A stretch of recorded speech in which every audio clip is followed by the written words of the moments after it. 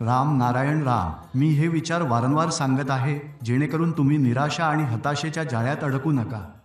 हे विचार तुमच्या मनात खोलवर रुजले पाहिजेत. देणेघेणे यामध्ये असमानता निर्माण होते. कोणी काही देऊ शकतो तर कोणी देऊ शकत नाही. त्यामुळे विचित्र परिस्थिती निर्माण होते. त्यापेक्षा ही स्थितीच निर्माण होऊ नये हे अधिक चांगले. तुमच्याशी माझे एक वचन आहे, तुम्हाला काहीही द्यावे लागणार नाही, फक्त माझ्याशी संपर्क ठेवायचा आहे.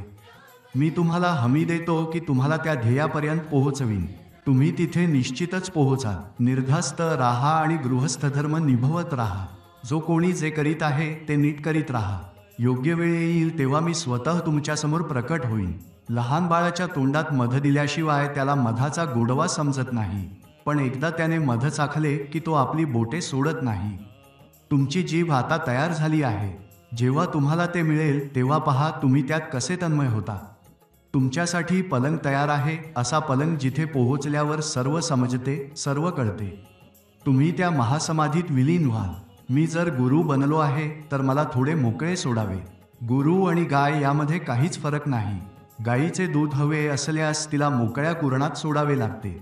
त्याचप्रमाणे गुरुतत्व मिळवायचे असेल, त्या अवस्थेत पोहोचायचे असेल तर मलाही मोकळे सोडावे लागेल. मला तुम्ही क्षुल्लक इच्छांमध्ये अडकवू नका. दररोज जर शेकडो अडचणी आणि संकटे आली तर किती सोडविता येईल?